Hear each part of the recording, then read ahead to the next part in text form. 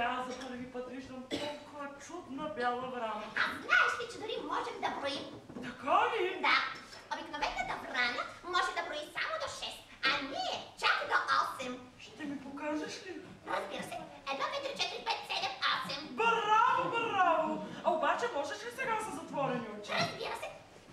1, 2, 3, 4, 7, 8. Къде изчезна?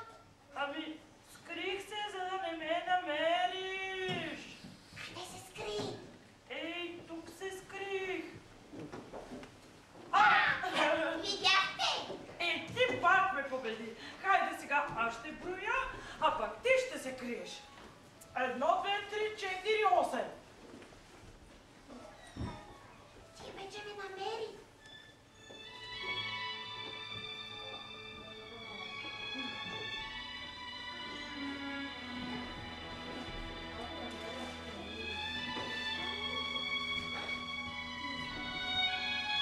Забелязал ли си, че хората изписват в църквите си големи птици с гъши крила и човешки човки? Имаш предвид ангелите. Да. Те са всъщност бели врани. Сам, че малцина са виждали бяла врана.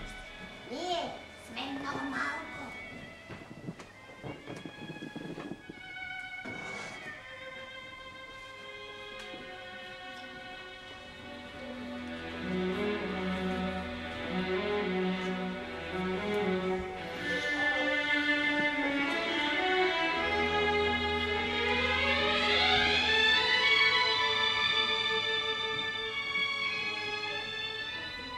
Ти как се казваш?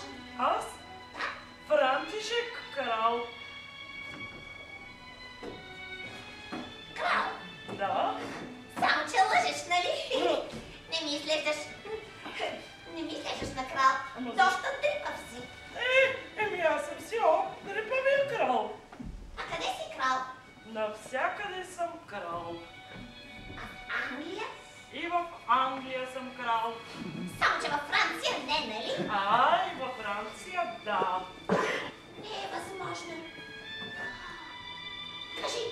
Кажи честна дума. Честна дума. Ама имаш ли се да бъдеш крал между белите врани? Че защо не? И между белите врани пак ще си бъда крал. Тогава ще изберем теб. Почакай тук до утре. Хайде.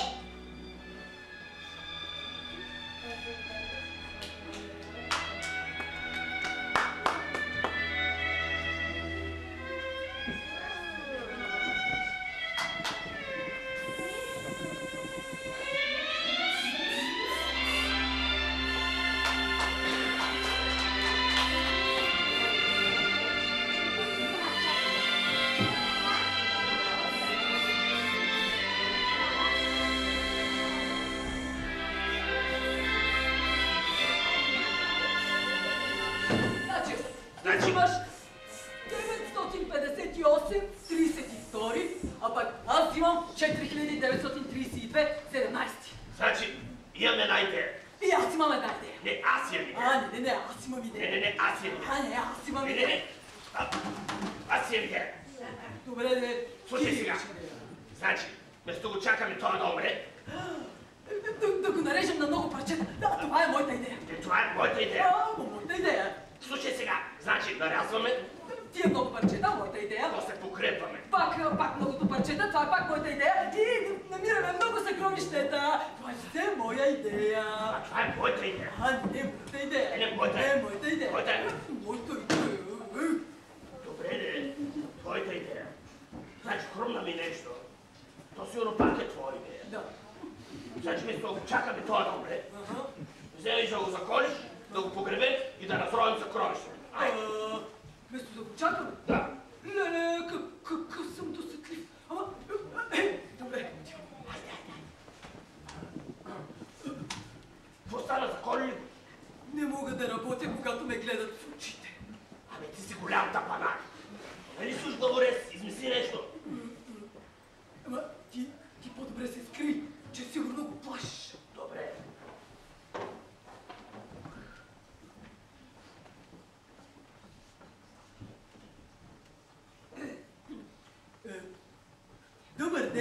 Франтишек. Как си? Добре ли си? Франтишек, дошъл съм с една молба към теб. Що не вземеш да умреш сам, а? Франтишек, знаеш ли колко сложно става иначе? Значи аз ще трябва да те коня, после оня трябва да ме вкара в затвора, а пък аз имам жена, деца, Франтишек, те сираци ли да останат? Разбери ме? Затова? Франтишек? Сетих се. Ти не знаеш как да умреш, нали? Чакай сега. Значи, взимаш един морков, лапнеш го, натискаш ето тук и готово! Много е лесно. Хайде, Франтишек, сега цитираш. Хайде. Ма ти май не обичаш моркови, а? Хубаво, добре. Имам една друга идея. Така, сега, слушай. Поемаш си дълбоко въздух за последен път. Само веднъж, Франтишек, да не си поемеш два пъти. Само веднъж.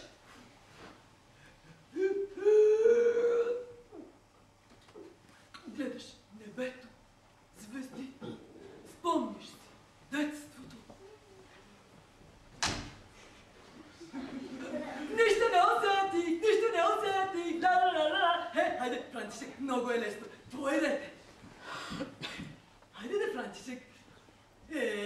Франтишек, ако се притесняваш, че ще липсваш на някой, на никой няма да липсваш и никой няма да плаче за теб. Спокойно. Ти си абсолютно ненужен.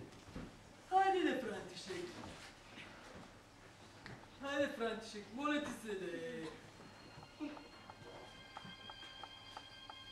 Хайде, Франтишек.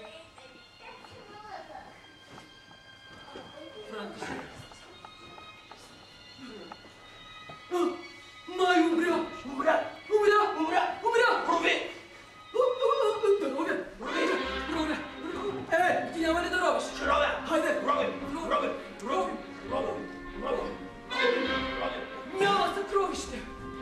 Няма съкровище! Няма съкровище! Няма съкровище! Няма съкровище! Няма съкровище! Няма съкровище! Няма съкровище! Няма съкровище! Няма съкровище! Няма съкровище. Да, ама го убиха твоя скитник, нали? Но враните все още летят по света и търсят своя крал. Особено зима, когато се съберат по много, те си спомнят за него, литват и започват да викат крал, крал, крал. Защото и днес срещнете ли такъв един скитник? Достатъчно е той само да ви погледне в очите и на вас ви се струва, че ви е казал нещо много хубаво. Ей, но вие не тъгувайте с скитника. Нали знаете, че всичко в приказките е чиста измислица? Това водни духове. Това баби на водните духове. Това са всеки си, Ребеляшки. снежани, Джуджета. Великани.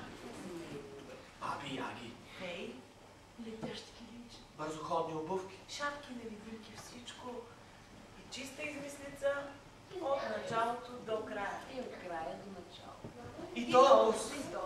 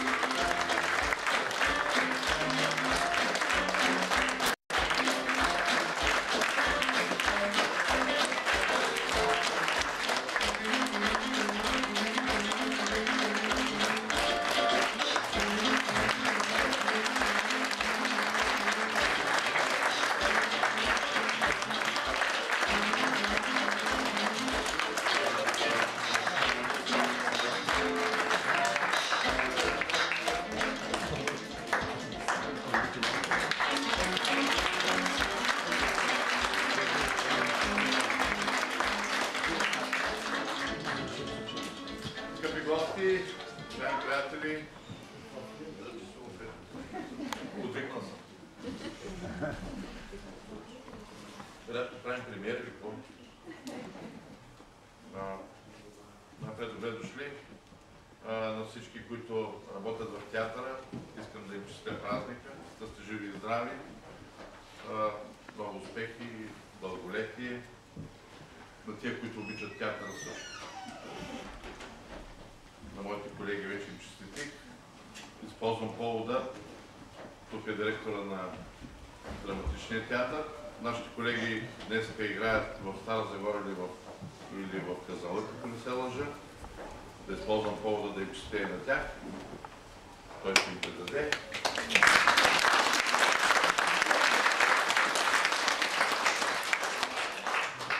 Това са цветя за нашата премиера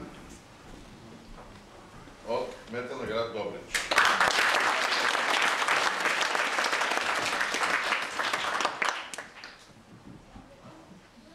Цветя от драматичен театър.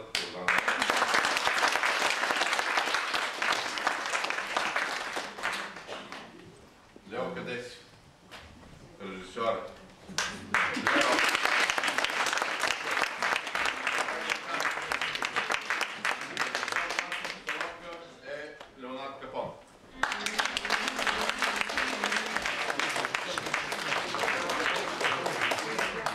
Нашия театър има много успехи, свързани с негови постановки. Това е поредната. Надявам се тя също да бъде успешна. Поне такава заявка дават нашите колеги. Лео.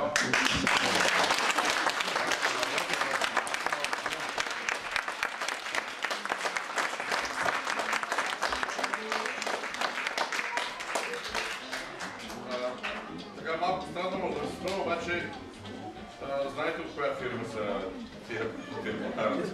Някои знаят, кажи я.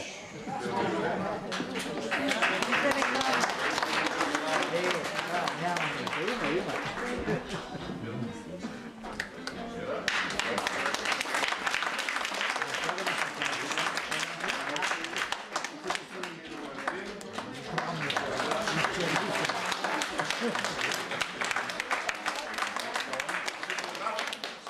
Виржиния Петкова.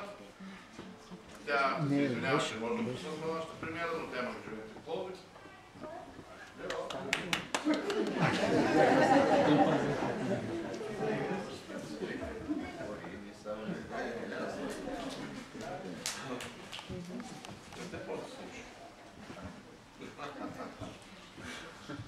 Искам да използвам повода до цялата българска театрална общност. Скъпи колеги, от 1961 година насам до всеки 27 март се случва нещо, което може да се оприличи на фантастичен реализъм.